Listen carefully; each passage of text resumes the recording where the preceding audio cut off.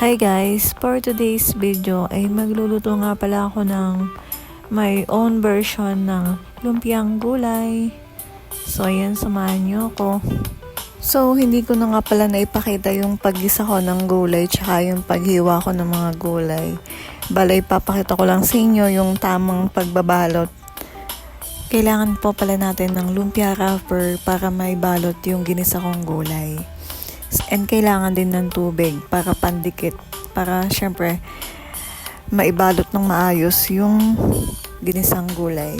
So yan, mapapanood niyo po yung tamang pagbabalot ng gulay gamit ang lumpia wrapper.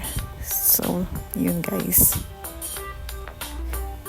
medyo saglit nga lang pala itong vlog na to kasi hindi ko na nga na-video yung tamang paggisa ng gulay and yung tamang paghiwa ng mga gulay. Ayan, so for the balot na lang tayo mga tamang tao.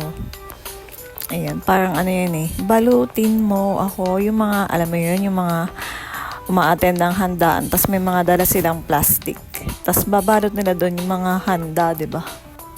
And hindi ko na pala ipapakita sa inyo lahat yung first and last na pagbabalot ng lumpia na to. Kasi baka mainis na yung mga viewers, mga guys.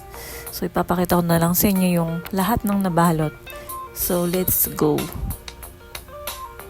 So, ayan guys, tapos na ako magbalot and konti lang pala yung ginawa ko kasi nga dalawa lang naman kaming kakain. And for the prito na tayo, ayan, ilalagay na natin sa kumukulong mantika ang ating binalot na lumpiang gulay. And waiting na lang tayo hanggang sa mag-brown siya. Luto na siya nun. And gusto ko nga pala yung medyo toasted, yung medyo malutong-lutong, para masarap yung kain. So yan nga pala, tine-check ko na kung pwede na siyang baliktarin. At yun na nga guys, pwede na. Ganyan lang talaga dapat para hindi masyadong sunog. And luto na nga pala guys, and nga pala yung finished product ng aking very own lumpiang gulay. Bye!